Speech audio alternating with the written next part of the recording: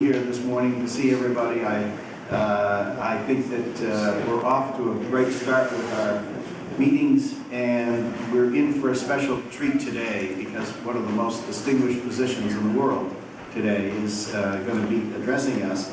And I think from that perspective, as you can see, the U.S. food system is our government meeting its obligation to respect, protect, and fulfill the right to food. That is the question, and the person to address the answer to this question is Dr. Bob Lawrence. I will say Bob because he'll always be Bob in my mind, but Robert Lawrence as his official title.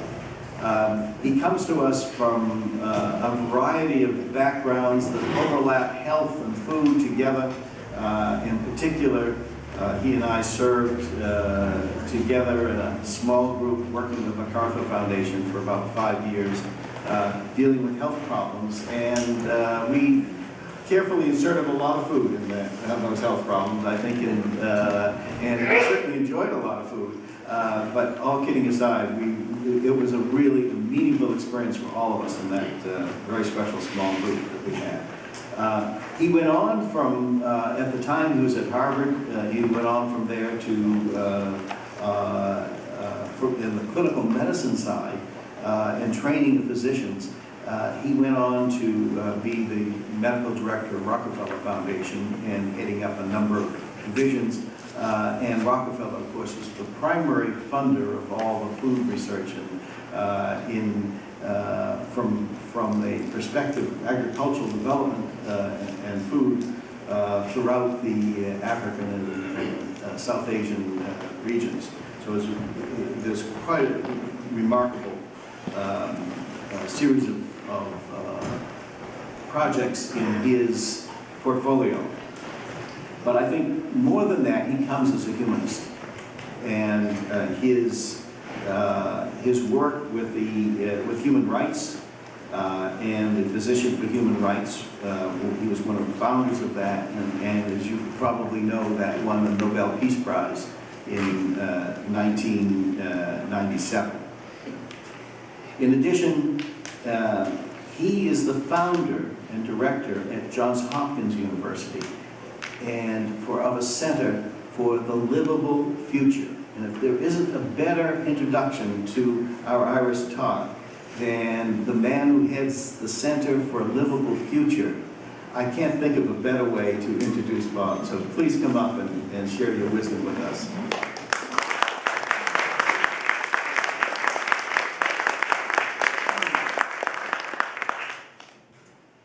Thanks very much, Saul, and good morning, everyone. Just a brief aside about human rights work before I get into the continuation, really, of Ellen Messer's wonderful talk last night. I was working away, delivering primary care services to an inner-city, publicly financed hospital in the early years of the Reagan administration, where our budgets were being slashed right and left. I was overseeing the administration of the department, doing some policy research on prevention and teaching among my students. I was privileged to have Jim Kim and Paul Farmer when they were second-year medical students doing their rotation at Cambridge City. I got a call out of the blue. Would I go to El Salvador to investigate the disappearance of 13 doctors and medical students? I went, came back. About 2 months later, I got a call from the AAAS Committee on Scientific Freedom and Responsibility. Would I go to the Philippines to investigate the murder of 2 doctors? And I said, why are you calling me? Well, you know how to do this. I said, I've done 1 human rights investigation. Well, that's a lot more than any other doctors we know. So I went to the Philippines with Eric Stover and Jonathan Fine, and we ended up splitting up and linking up with a remarkable group of Franciscan nuns who had formed task force detainees And they had access to all of the detention centers. And so I went to Negros, where 3 priests were in house arrest, and 6 of their lay workers were in prison. Their offense? They had been teaching vermiculture to the local population. Vermiculture of restoring health to soil by reintroducing earthworms was seen by the Marcos dictatorship as a threat to their power, because it empowered the peasant people to reclaim land that had been seized from them by Marcos henchmen and poisoned down to about a meter's depth with high inputs of pesticides and so forth to produce cash crops for export and for bankrolling this corrupt government. And then I went on as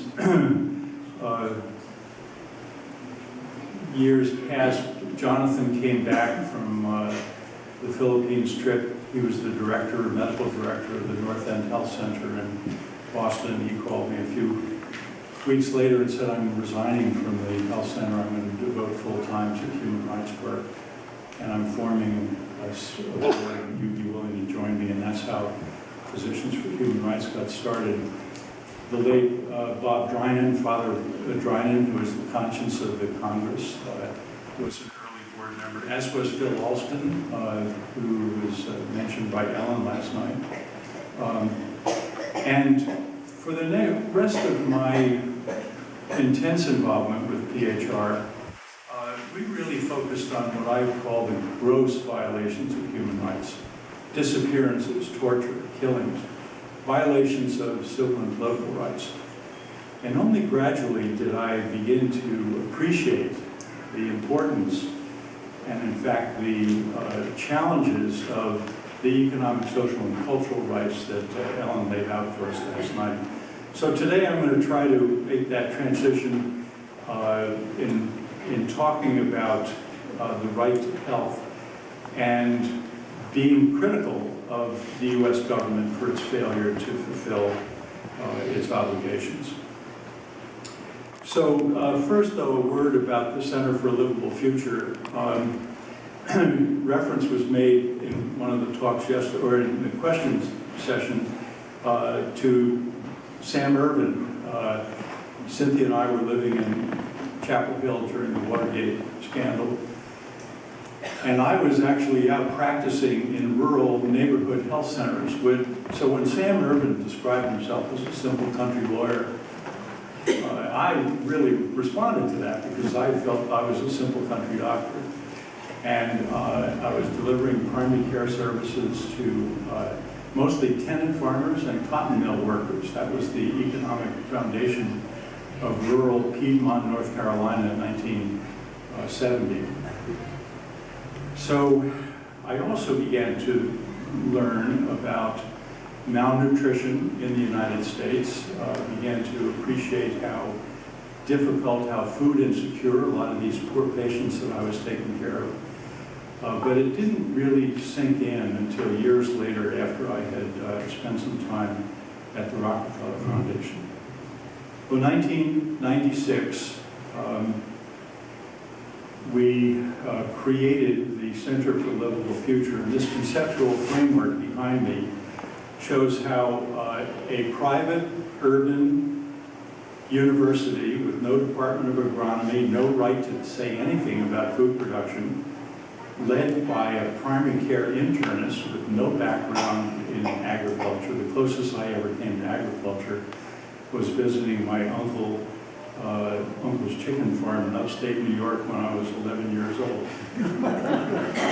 So you can call it chutzpah, you can call it grandiosity, whatever.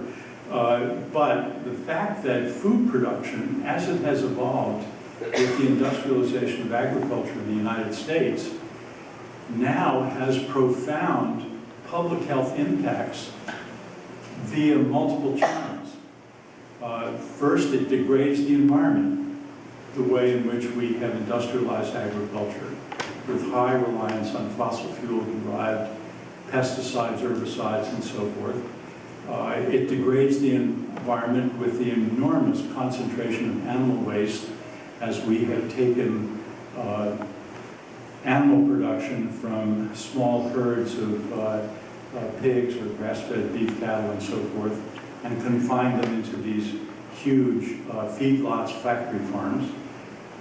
It degrades the environment of the medical profession by the misuse of antibiotics and the creation of more and more multi-drug resistant antibiotics, making it a real challenge to treat many serious infections today. And of course, through the diet pathway, industrial animal production, industrial row cropping, where 70% of our corn crop now goes to animal feed and ethanol, and almost none of it to human food directly. The increased dramatic growth of highly processed foods with their cheap inputs of vegetable fats, salt, and sugar leads to important public health consequences. And so these things then come together to impact public health. You'll see around the periphery of the conceptual framework what I call the four big drivers. Population growth. I haven't heard much discussion of population. That's sort of the third rail of every thoughtful group I've ever been privy to sit in on. But unless we come to terms with population growth, as premature as the Malthusian projections may have been, they will come back to haunt us. And in fact, when we now have a total fertility rate in the United States of 1.9, with replacement fertility being 2.1, you would think there would be celebration by policymakers and the general public. Instead, we've had nothing but cries of alarm, and how are we going to stimulate larger families? So this problem of population growth continues to be a significant challenge. Climate disruption, a very serious and growing threat to adequate food production. Resource depletion. We are probably close to peak oil, and we are also close to peak phosphorus. World phosphorus supplies, which are mostly concentrated now in Mauritania, are at very grave risk of being depleted over the next several decades. And then finally, the lack of equity, which is really at the heart of any discussion of the right to food. So, building on some of the comments that Ellen laid out last night, just to remind you, she quoted from Article 11 of the International Covenant on Economic, Social, and Cultural Rights, that it really is the right of everyone to an adequate standard of living for himself and his family, including adequate food. Ellen, you commented on the gender insensitivity of the drafters of early human rights documents. I just have to say that the chairwoman of the drafting committee for the Universal Declaration of Human Rights was my shero, Eleanor Roosevelt. And there's a story about Eleanor Roosevelt that my students are constantly amazed. First of all, they've never heard of the Berlin Airlift. The Berlin Airlift. Well, the Berlin Airlift, which of course lasted for 13 months, it started in the summer of 1948, and it didn't end until the summer of 1949. Almost precipitated a hot war in Europe less than 3 years after the armistice. And it was, of course, the Soviet Union blocking access to West Berlin to the other three of the triumphant four allies from World War II, Great Britain, France, and the United States. And everything that the West Berliners consumed, all the clothing, all the fuel to heat their homes that winter, the books they read, everything was flown in on endless series of flights of DC-3s.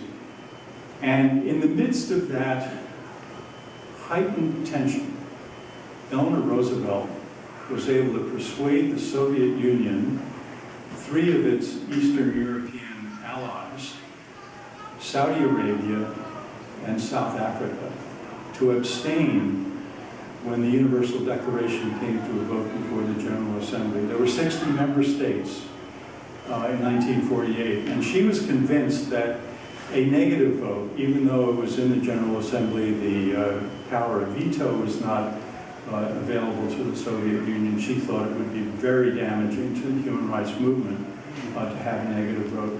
She ended up with 52 ayes, 6 abstentions, and 2 countries were not present. A fantastic diplomatic achievement, and her lack of gender sensitivity in the language, I think, Ellen, we can forgive her. Yes. Blaming her, I'm just saying that was the state of affairs at that time.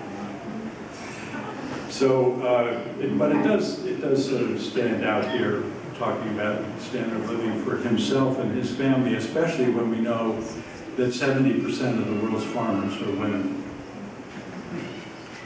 Including adequate food and then fundamental rights of everyone to be free from hunger. So this clearly laid things out.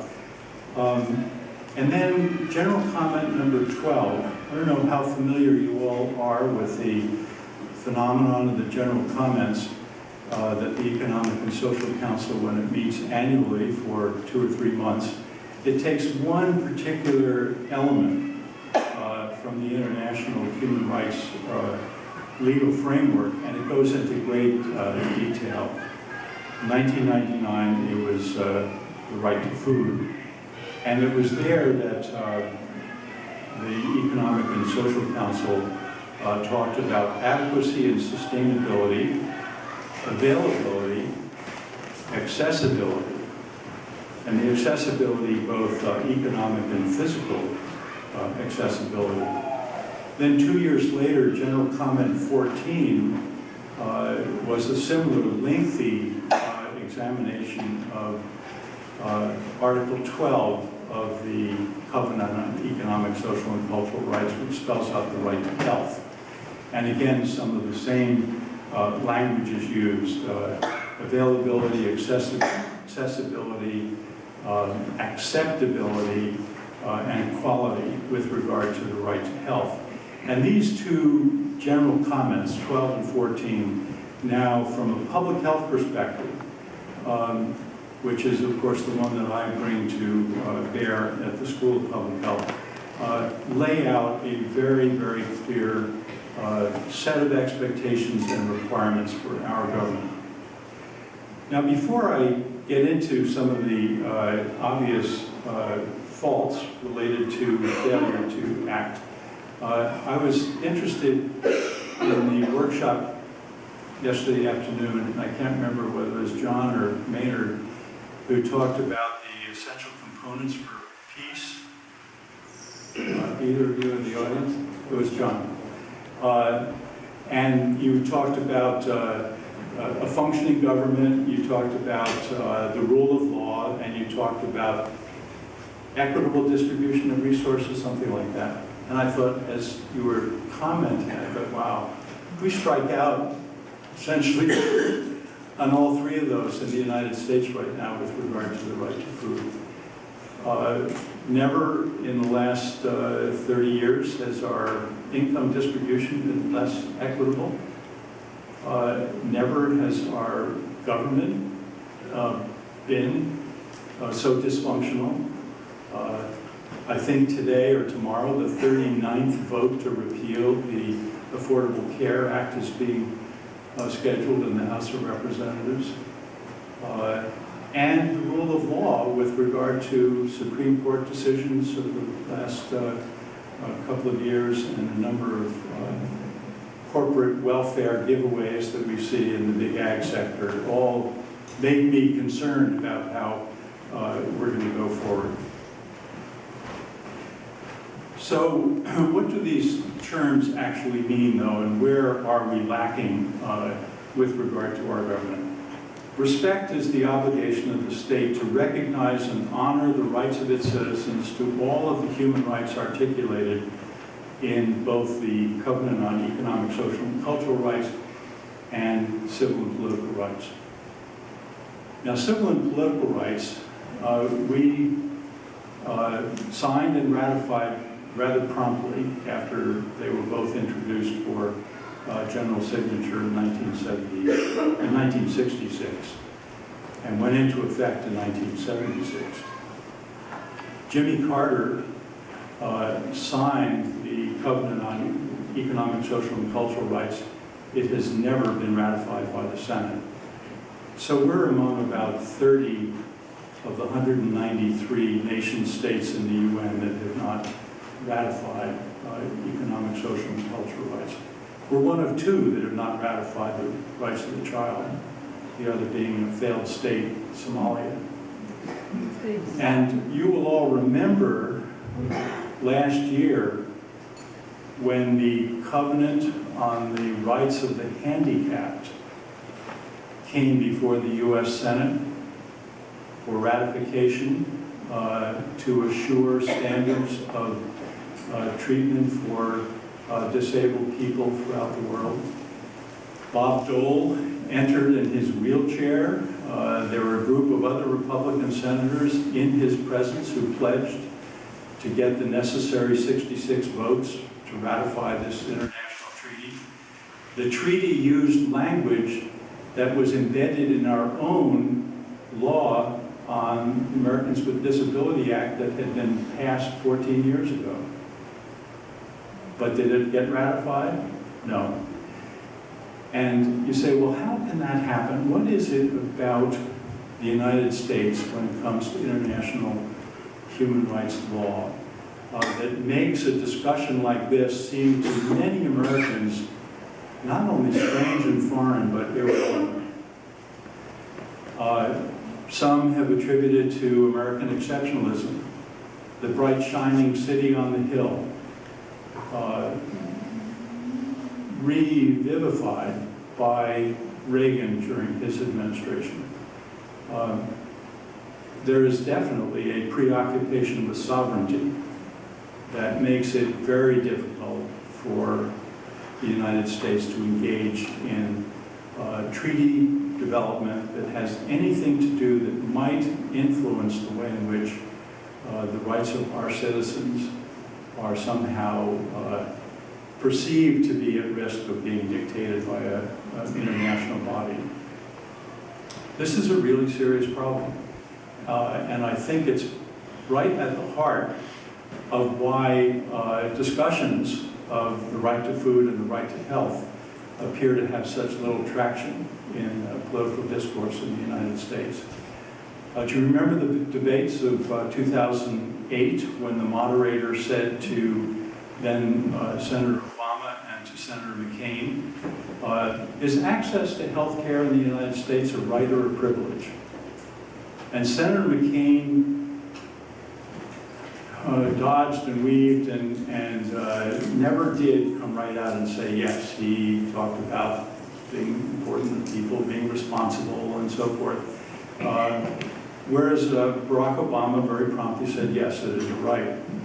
And yet, we find, when you have polling data, the American people, the cleavage between those who say yes, the right to health is an important part of, they don't say that it's an important part of universal human rights, but yes, Americans have the right to health. It's about 53 or 54% to 46 or 47%. And the resistance to the Affordable Care Act, I think, is in part related to the fact that deep down, many, many Americans still believe that it's a privilege to have good health and have access to health. And of course, the discussion of the right to health in the United States is almost always about access to medical care, which is the fourth and often regarded as the least important of the four elements of Article 12 of the Covenant on Economic, Social, and Cultural Rights. Healthy Pregnancy and child care are number one. A healthy environment and workplace are number two. A functioning public health system with surveillance and management of epidemic disease is number three. And then when all else fails and we actually get sick, having access to clinical care is number four. And yet we think entirely about clinical care. So it's a complex environment in which to try to persuade policymakers that their actions need to be judged according to how effectively they're meeting their obligations to respect, protect, and fulfill. So where is the government falling down with regard to respect? To begin with, I believe that foreign policy is the quintessential way in which our federal government respects the right of all Americans to have access to healthy, culturally appropriate, nutritious, and safe food, as Ellen discussed last night. In 1929, when the stock market crashed and we entered the Great Depression, from the period 1928 to 1931, farm income in the United States declined 52%. Think how devastating that was at a time when we were still largely an agrarian economy, when the farmers were mostly small farmers having 5 to 7 commodities on a 150-acre farm. To have income decline 52%, and of course unemployment was at 30% by 1933. And that was when, for the very first time, the federal government, through FDR's interventions, began to legislate support programs encouraging farmers not to overproduce. That had been part of the problem in the late 20s. Was great overproduction, drove prices down, and then as the economic system collapsed, it was basically a free fall. So there were curbs on production, there were incentives to bank land and to conserve seeds. And then there were commodity supports to distribute surplus foods to hungry people, especially hungry people in urban centers throughout the United States, where there's 30% unemployment. The first food stamps were not introduced until 1939.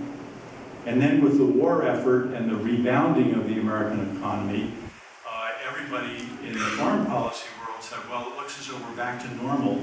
And so the food stamps were actually phased out in 1943. We had that 4-year window where respecting, protecting, and fulfilling seemed to be working pretty well. The food stamp program was reintroduced in 1965 as part of Lyndon Johnson's Great Society program. The War on Poverty, the Office of Economic Opportunity, and a number of other social interventions where it really did begin to feel as though the importance of a strong safety net for all Americans was a value shared by the majority of American people. Now, the current Farm Bill, which of course is in total disarray, we have a House bill that totally stripped the SNAP program, the Supplemental Nutrition Assistance Program, out from the Farm Bill. So it focuses just on commodity support and crop insurance. Doesn't have much on the conservation title anymore either. But if things had proceeded as they looked as though they would with the reauthorization of the Farm Bill in 2012, we were going to commit $600 billion over the next 10 years to the Farm Bill. $60 billion a year. Now, just a little sense of how complicated the Farm Bill has 15 titles. Each title goes into great detail about some aspect, either conservation or supplemental programs of nutrition for women and children, the WIC program, the school lunch program, SNAP, commodity support, foreign trade, etc. What proportion of that 60 billion do you think was represented by the SNAP program? Anybody want to take a guess? The ringers in the audience have to hold back. 1 or 2%. Do I hear more? That's 0.5%. Less than 1. $60 billion a year spent on the Farm Bill, and you think less than 1% goes to the Supplemental Nutrition Assistance Program? It's actually 65% of the Farm Bill. So it's more like $38 billion a year to provide SNAP benefits for 47 million Americans. You're all surprised, I can tell. Most people are. Most people think of the Farm Bill, oh, we're corporate welfare to the people who are growing cotton that we don't use, or sugar that we don't need, or wheat that we send to Russia. Actually, the commodity support is 15%, less than a quarter of the SNAP support. And then the conservation title used to be 8%, and crop insurance was 8%. Now, conservation title is at risk of being eliminated. The crop insurance is going way up, and commodity support is probably going to be reduced. Well, this is a really complicated and messy set of affairs because it arose out of a coalition between urban congressmen who wanted to protect the needs of their constituents, poor urban dwellers who were food insecure, and rural America, which is more politically conservative and very concerned about protecting the interests of the farmer. So it's from the very beginning a little bit of an unholy alliance, which has now been stripped apart by the House. It's not going to, I don't think, survive conference committee because both the Senate under Democratic control and President Obama would not allow a farm bill to go through that did not have food security provisions built in. But we are really in a mess. There's no other way of describing it. It is a profoundly upsetting set of affairs when you think of how many vulnerable Americans there are, how many people are being driven off the land by huge industrial agriculture. Rural poverty is among the most severe. I was out at the University of Wisconsin in early March, and one of my colleagues there, Javier Nieto, is looking at an entire health of Wisconsin set of risk factors, and using geographic information system mapping, he showed me where the food deserts in Wisconsin are.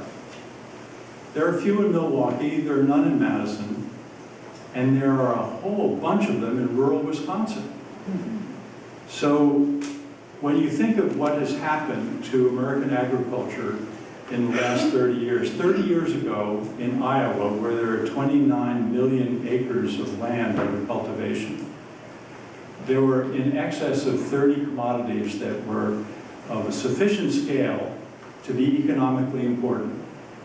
They were exporting to Chicago and St. Louis and Kansas City and so forth, or selling within the state of Wisconsin. Today, they're down to 5. Corn, soybeans, swine, beef cattle, and eggs. Iowa is the second largest egg producer in the country. One company alone produces 1 billion eggs a month. So the consolidation, the concentration leaves many rural Americans who used to themselves either have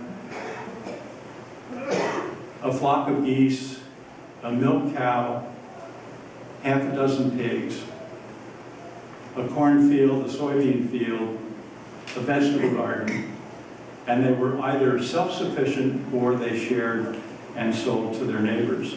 and that's gone. Rural America is more and more at the heart of our problem of lack of food security.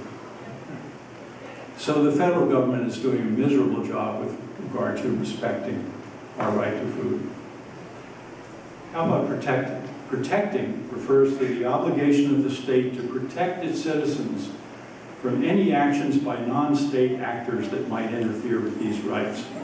When I'm talking to my students at the School of Public Health about health and human rights, I talk about the failure of the federal government to protect blacks, Jews, Catholics from the Ku Klux Klan. They were the non-state actor interfering with the civil and political rights of these groups within the American population. And until the 1950s, we, as a government, our government failed to protect.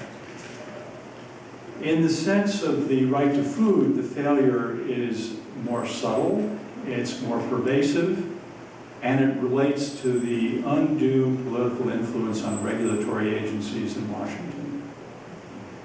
One quick example. The Center for a Livable Future has served as the technical and scientific support for the Meatless Monday campaign. How many of you have heard of the Meatless Monday campaign? A fair number of you.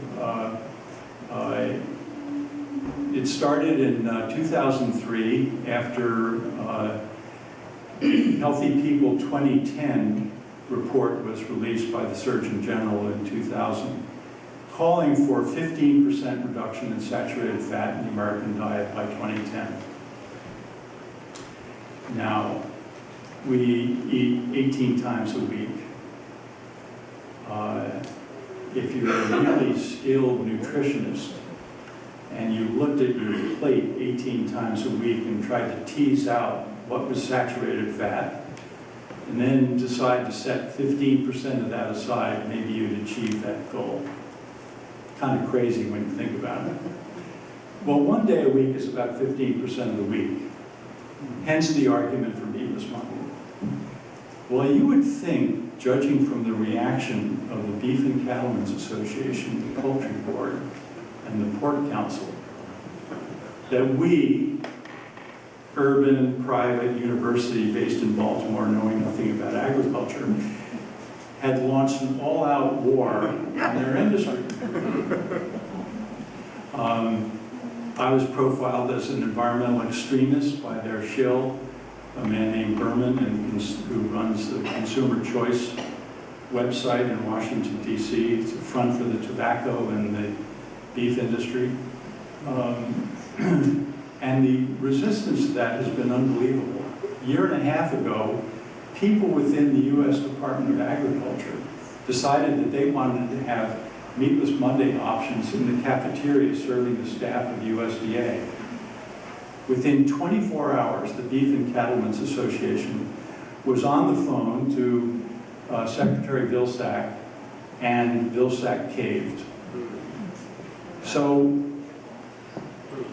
that's just one small example of how our regulatory apparatus is failing to protect. Because, yes, okay, you can argue whether Meatless Monday makes any sense from a large policy change perspective, but it has worried the industry all out of proportion to the number of adherents. Although meat consumption in the United States has flattened off starting in 2007 and is actually declining, especially red meat. But there are many, many other ways in which failure to protect. The FDA, the Center for Veterinary Medicine, has over 100 positions that are funded through something called a DUFA. And a DUFA is a payment made by the pharmaceutical industry that deals with drugs that are used in animal production. And so you end up with this situation where the FDA, if it goes after the misuse of antibiotics or some of the other animal drugs too vigorously, it really threatens to bite the hand that feeds it. It worries that it might lose some of those 100 plus full-time equivalent positions that are very increasingly difficult to fund in the budget environment of today's Washington. So we have presented data, we have done research, we have sponsored research, linking the misuse of low-dose antibiotics for growth promotion and disease prophylaxis to the emergence of very serious antibiotic-resistant pathogens that are shared with humans. E. coli, Salmonella, Campylobacter, MRSA, methicillin-resistant Staphylococcus aureus. We sit down with our colleagues in the Center for Veterinary Medicine. They acknowledge the links. They continue to say, but we are under such pressure. And Margaret Hamburg, sadly, as commissioner, is unwilling to act on what I think to most objective observers would be an overwhelming body of science showing that we ought to have an all-out ban on low-dose antibiotics, similar to what happened in Denmark 10 years ago. And in Denmark, there was a slight bump in mortality in the weaning pigs in their hog industry, which was quickly corrected by extending the weaning period, cleaning up the housing for these animals that are crammed into filthy conditions, and now pork production in Denmark is higher than it was before the antibiotic ban. But you take those messages to Washington and they fall on deaf ears. They are paralyzed by the power of corporate agriculture. Another area where the federal government in its food safety and quality domains is failing to protect us is in the proliferation of processed food. The amount of the diet, especially of low-income people, that is now made up of highly processed food has risen steadily for almost 30 years. One of our graduate students was doing a study on the obesity epidemic in the White Mountain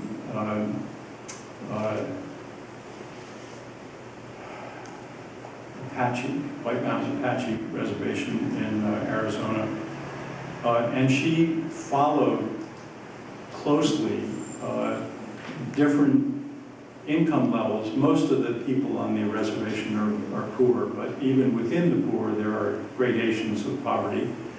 And they found that, she found that somewhat paradoxically, the poorest of the White Mountain Apache were the most vulnerable to obesity. And so she probed a little bit more deeply and found out that the SNAP benefits were delivered once a month. The first 2 weeks of the month, the quality of the diet was pretty good in terms of vegetables and grains and so forth, and reasonably distribution of food types.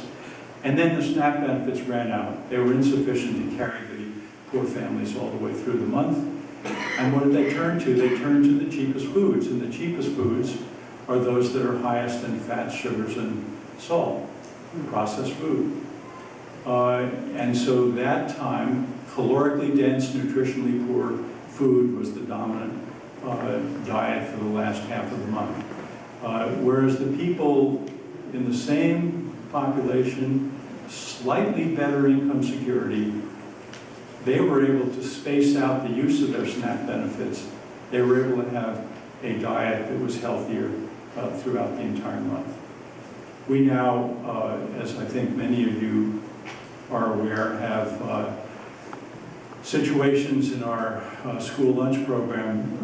Another one of my graduate students this year was working on bisphenol A coming out of the can liners, and her hypothesis was that low-income kids who depended more on food pantries and on school lunch and school breakfast were exposed to a higher proportion of food that was stored in containers that would leach out bisphenol A, which has been demonstrated to be an endocrine disruptor. One of the really surprising things that she learned was when the commercial size, the largest cans of canned peaches were prepared for the school lunch program, they were first shipped to Thailand.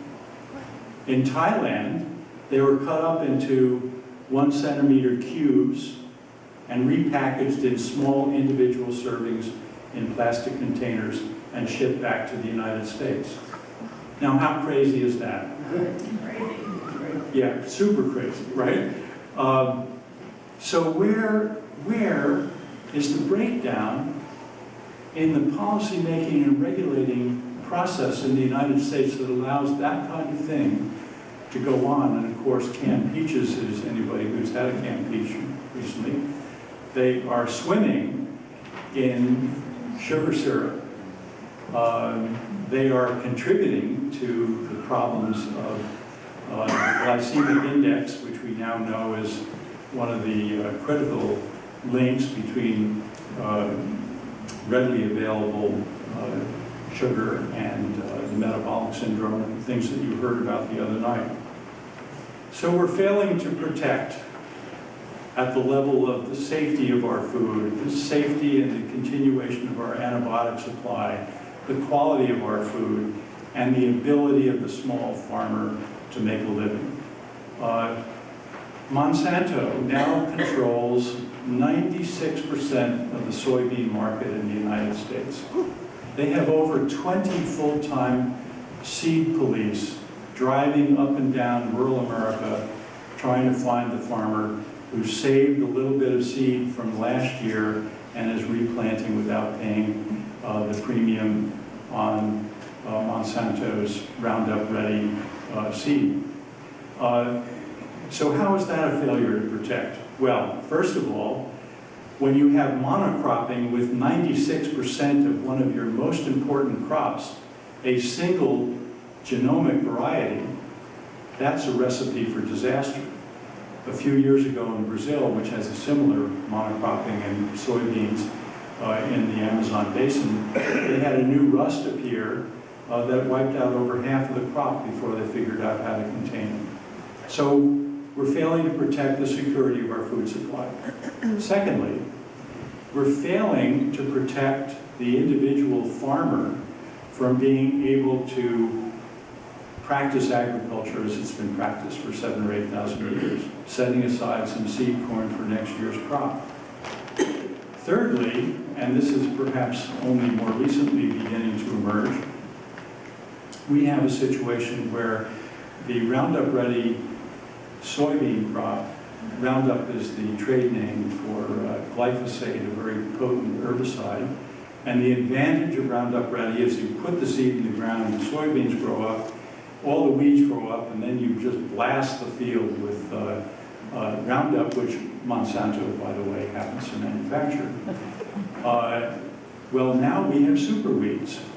We have, every year, additional varieties of weeds are resistant to glyphosate. And furthermore, the health of the soil has been compromised. And some recent papers about soil quality where glyphosate is heavily used demonstrate that it's doing very bad things to the microbiota of soil. Is there any intervention on the part of the Department of Agriculture? No. Big failure to protect. Finally, the obligation to fulfill. The obligation to fulfill means the state must proactively engage in activities intended to strengthen people's access to and utilization of resources and means to ensure their livelihood, including food security. And then when any individual group is unable to enjoy the right to adequate food by the means at their disposal, states have the obligation to fulfill or provide that right directly. So that's where SNAP comes in. And the thought that we could cut SNAP, the Senate bill cuts it by $4 billion, supported by my two senators, Mikulski and Cardin. So I wrote an op-ed piece in the Baltimore Sun that concluded with the admonition to two of them, who were otherwise, on most issues, pretty good. Where I said, their families and children going to bed hungry because of the action of Senators Cardin and Mikulski. They didn't like that at all. But it's, what did you call it, constructive embarrassment? Right. Yeah.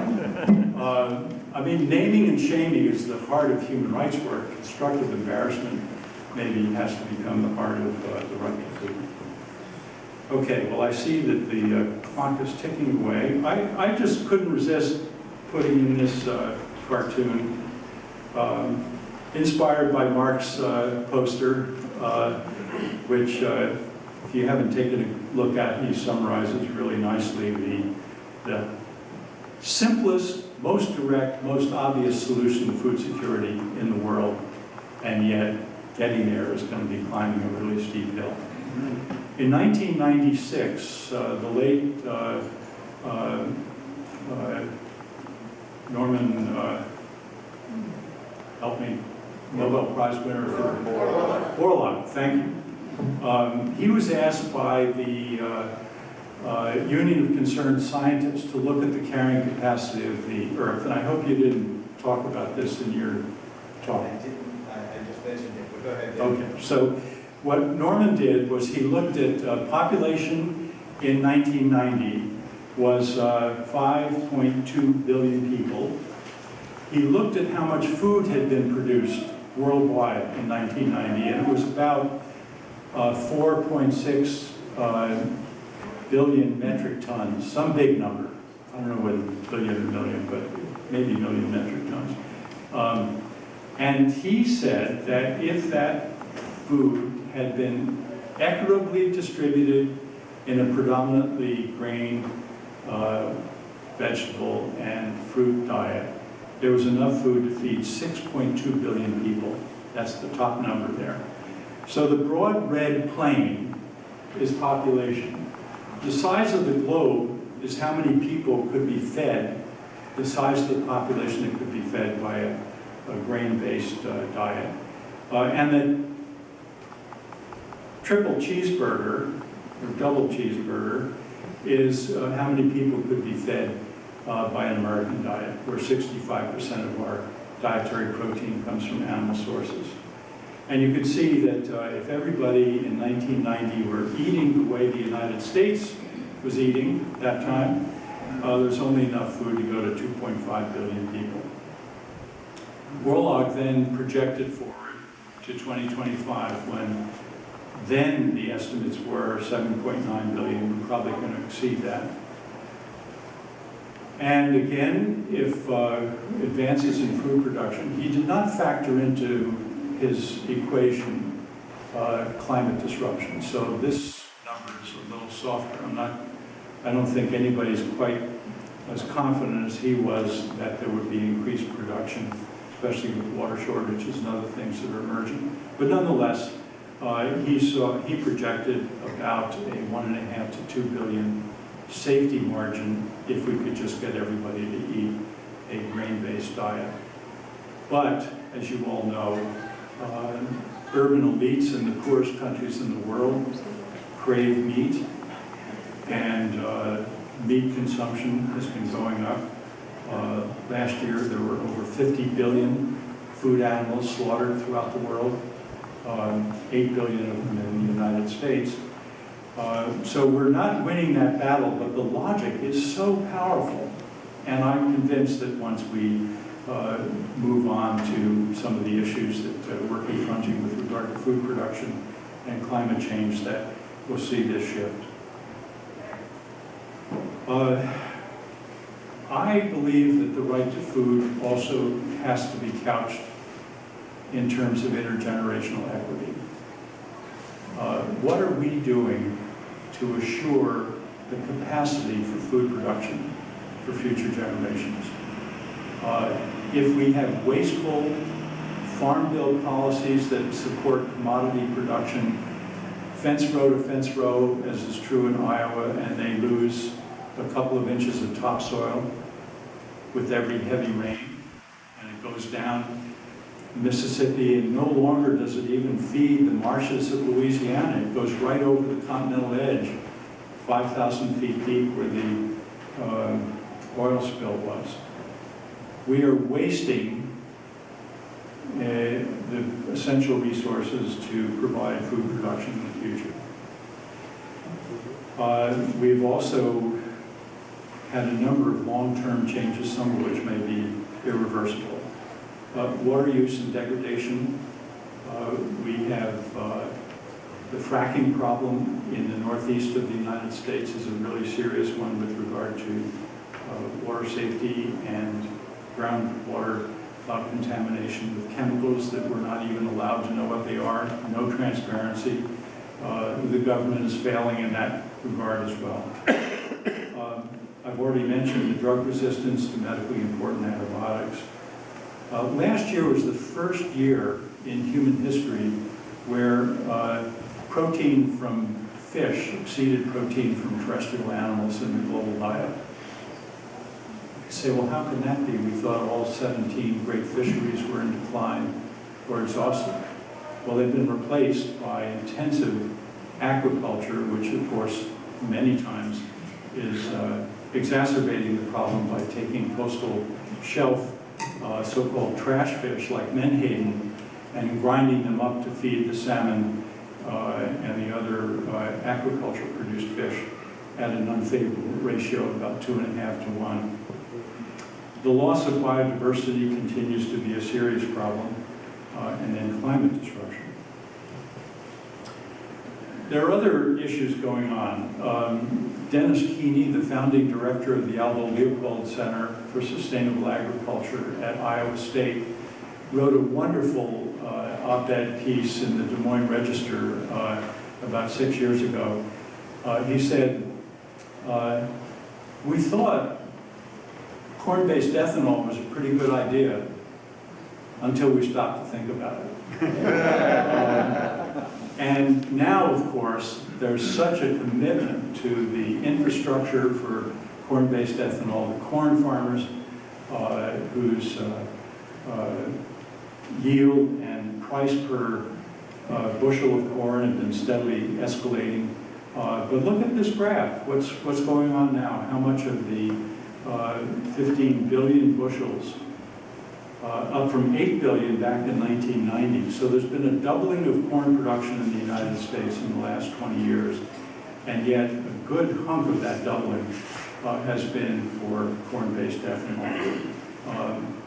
The actual amount available for feed and residuals has remained flat, and there's a real tension now between the industrial food animal production world and the ethanol world because the price of feed has gone up, which may be accounting for some of the slippage in total meat consumption. A quick example, although it goes outside the bounds of the United States, but we are a global economy and we are certainly a global ecosystem. If you look at this little dark patch here, the Amazon basin. The Amazon basin gets 16% of the hydrologic cycle, and it has 1% of the world's population. China, the northern China plain, which used to be their breadbasket, they get about 9% of the hydrologic cycle with 21% of the world's population. So China is now importing water from Brazil. Had you heard about that? No. Been going on for a number of years. But in the form of soybeans.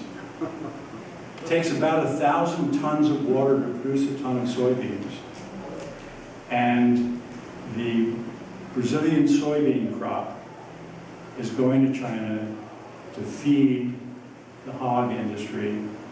China now consumes about 425 million pigs a year. They are the world's leader in pork consumption. Now there's this unholy alliance between Smithfield Farms that's being bought out by a Chinese firm, and China's appetite for pork will continue to grow, and what will we be left with in the United States? Pig waste and dead pigs. And we've already got more than enough pig waste. 23 of the 26 river systems in the state of North Carolina are polluted by runoff from hog farms, especially down in Duplin County.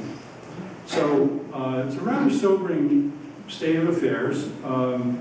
Water is going to be the big challenge for the 21st century in food security. I show this map mainly to focus on the United States. You already know that the Southwest relies on drawing down the Ogallala Aquifer for much of its